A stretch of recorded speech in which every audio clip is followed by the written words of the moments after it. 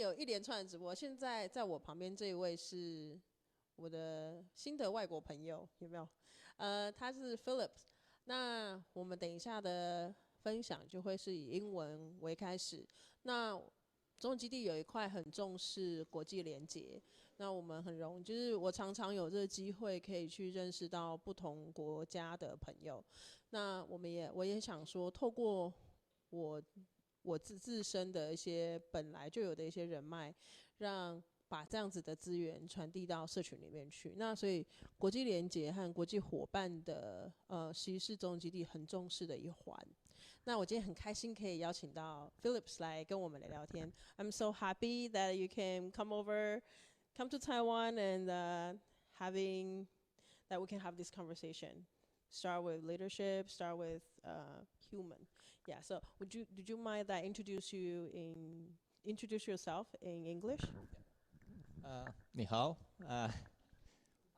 我是 Philip, and that's pretty much all I know from Chinese for now, but I'm working on it.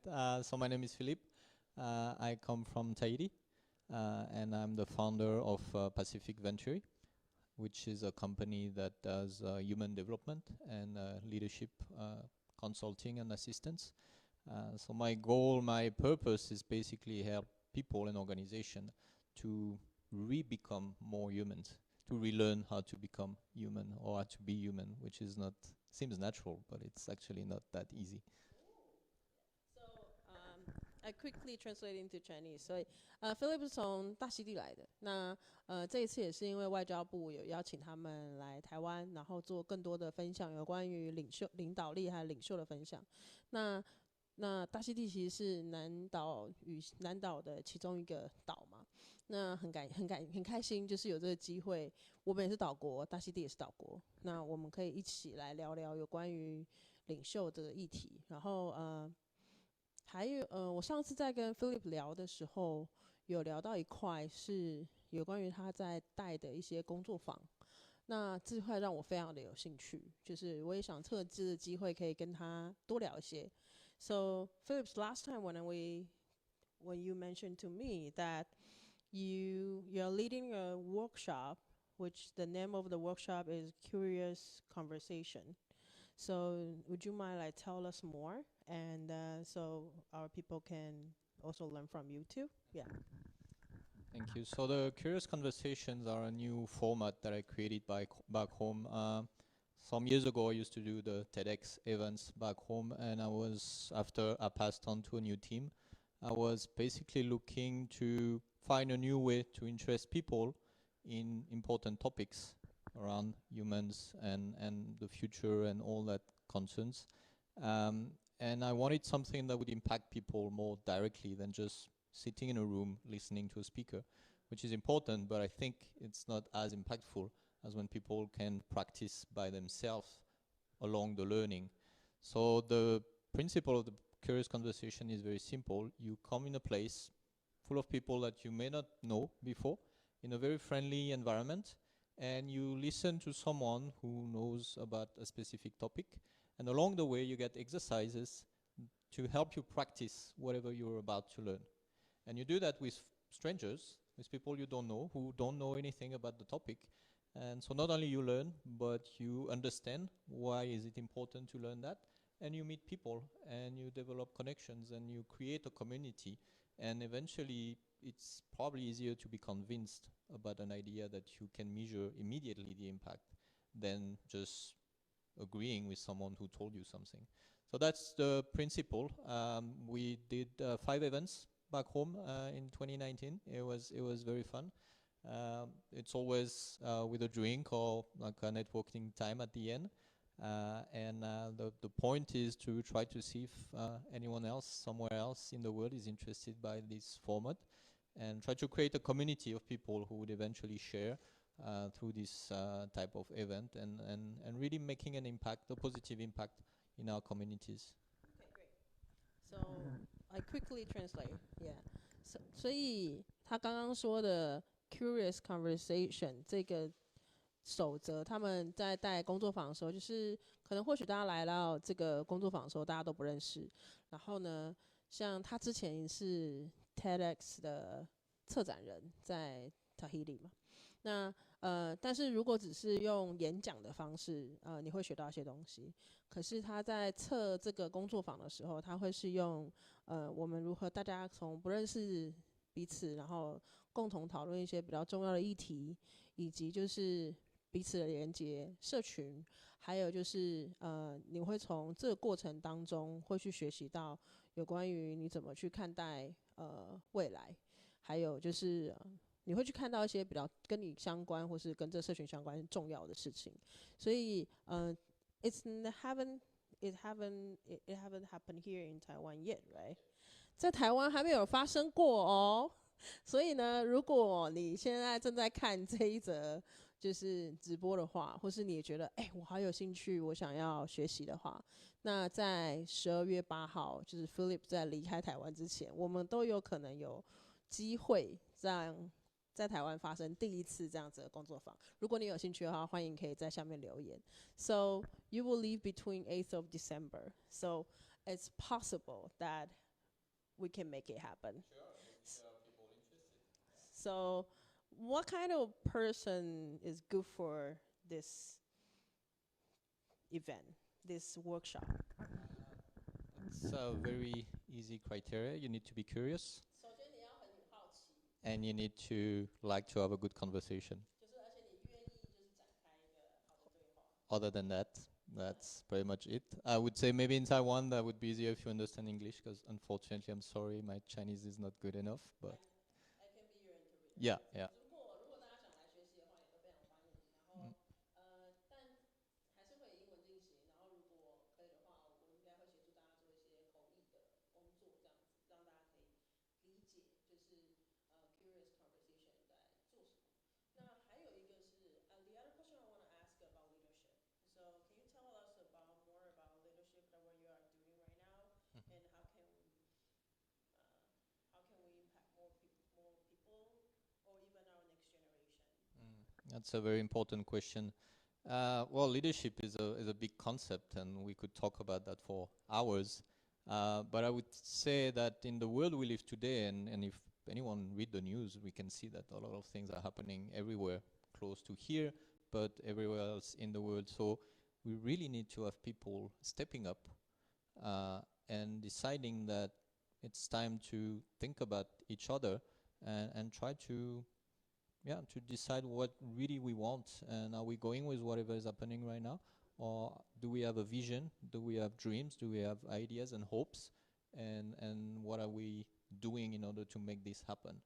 So it's no longer about talking, it's not about saying, oh, I hope it was like this. It's really doing. And with the colleagues I work with in the community of leadership development, we usually say that we're creating community of actions.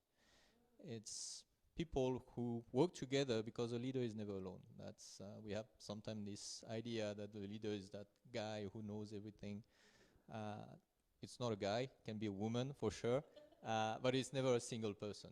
It's a group of people working together, and one of them may be the face of this group, but there's always a lot of people behind. And it's people working like you do at Share4Impact. You're here to create an impact, to act and to do things, and to find people who can be a source of inspiration, not just because of what they say, but really about because of what they do. And I think to go back to the end of your question on how to impact the new generation, I think this new generation is really looking for examples. Yes. People who, as we say, walk the talk. So I say that I value respect. If I don't show you respect, you're not going to buy anything I want to sell you, right? And unfortunately, we have a lot of examples in the news of people who say things but don't really apply what they preach. And I think the new model of leaderships, and especially one that I've been developing myself, which I call empathic leadership, is really about who am I and how can I be authentic, and through that inspire people for us to join me and do something together. Yeah. So Maybe a bit long to it's 有一点长, it's pretty long, but I probably can get part of it. I can understand what you're talking. I quickly make short like notes in Chinese to everybody online. 所以其实 Philip 在讲有关于领袖这件事情，其实不是只是单一的一个人，就像他的团队里面，其实有一些同事，其实大家一起，他们最更重视的是我们如何把让行动发生。对，那很多就是还有就是怎么样活出你自己，然后言行一致，就是你是很多在现在很多在电视上面的人就是言行不一致嘛，所以其实就是我们有醒觉的人应该都看得懂，对，所以怎么样活出言行一致，然后可以去让影响发生。那另外一个就是我们刚刚有问他提示有关于对于下一个世代的领袖力这件事情的看法是什么？他就说应该是更多人可以成为典范，那更多人可以让行动可以把一件真的需要改变的事情开始做改变。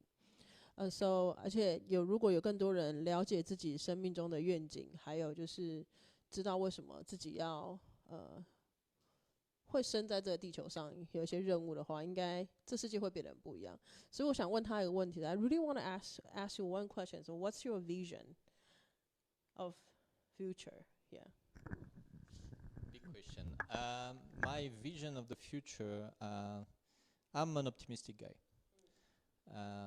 Actually, I call myself now, after seeing that from the founder of Google X, I'm a skeptic enthusiast. I know there are challenges.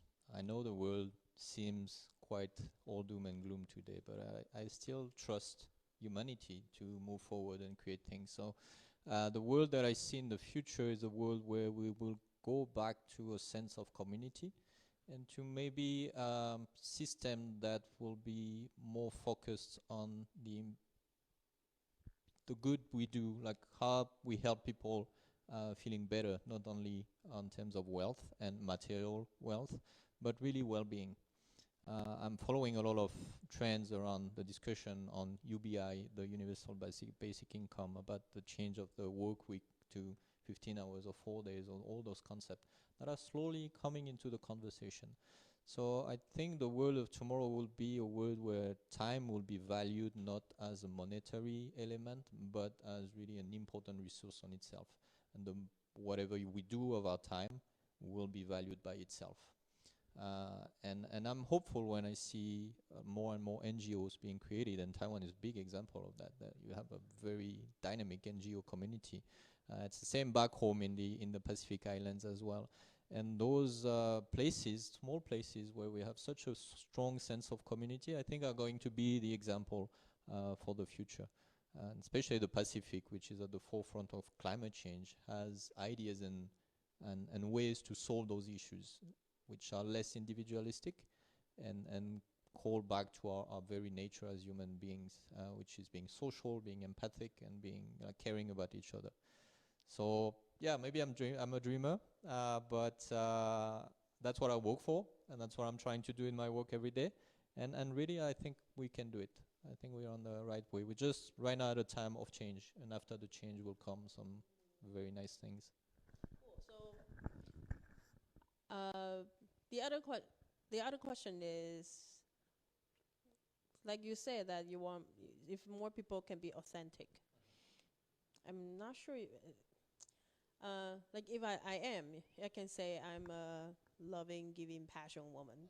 So if there to you describe yourself, what kind of person who are you? I'm not good at talking about myself actually, but I try to be a listener. I try to listen to people, whatever they want to tell me, whether it's to give me feedback on what I do, or just to listen to their ideas. So I always remember this quote that I found one day that I don't remember who said that, but what's important is to create a space for people to feel empowered, to feel good, and to feel themselves. So I think that's what I'm trying to do, I guess. Yeah, so yeah, and I just try to be myself with my strengths and weaknesses. Um, yeah, it's a tough question, but yeah, mostly listen to people and giving a space for everyone to find their own space and their own purpose. That's what I'm trying to do. what about, tell us more about Tahiti. I think a lot of us probably never been there. So tell us about what about Tahiti and the program we are doing in Tahiti, and what can we collaborate, or what kind of resource you need. Yeah. So welcome to tell us. Yeah. Tahiti is an amazing place. The name is very famous. Usually when I say Tahiti, I see the blink in their eyes, and it's a wonderful place. But not only about the postcard sceneries that we have, which are obviously amazing, but there are a lot of beautiful places everywhere. But I think the people, the Tahitian people, the Polynesian people, have a very, very beautiful nature. The culture is strong. There's a civilization that 1,000 years ago conquered the whole Pacific, and they come from here actually. You know that. You know that. Like it took some times, but then from Tahiti they went to Hawaii, they went to New Zealand, they went to Easter Island, Rapa Nui, and they managed to do that at a time where it was like, when you think about it, it's amazing. The ability to innovate, to be creative, to invent this stargazing navigation style, these double hull canoes that are still used today to make those very powerful boats. So there's a lot of there's a lot of strength and power in this civilization, but it's also very welcoming people. So whenever you come, if you come with respect and authenticity, you'll be considered as family. Yeah. So I quickly speak this part in Chinese. 就是大溪地属于南岛语系的一部分，然后他刚刚有说到了大溪地的人是非常欢迎，就是非常就跟我们南岛语系是一样的。我们根其实就是从台湾开始的，然后甚至有一度的时候，大溪地的人其实是占据了整个南岛。蛮多，就是去到蛮多南岛的地方，然后怎么样透过那个创意，只是一个岛，然后但怎么样透过那个创意，把那个是持续把文化延续下去，其实是一个他们很厉害的，就是很棒的一件事情。那也非常欢迎大家可以去大溪地。那怎么样去大溪地呢？我觉得去之前一定要先认识朋友啦。对，所以这边已经有一个新朋友说，So for me, if I go to the other country, I have to know the friend first. So friend for me is very important. It's not because of place, friend. So if you want to meet new friend from Tahiti, so come to our workshop and come to meet Phillips, and then we can have great conversation, great discovery, and probably you will find some surprise, and before 2020. And if it's possible, we probably can do something together and make some impact with each other. Yeah. So we're going to say bye to the fans. Thank you. Bye.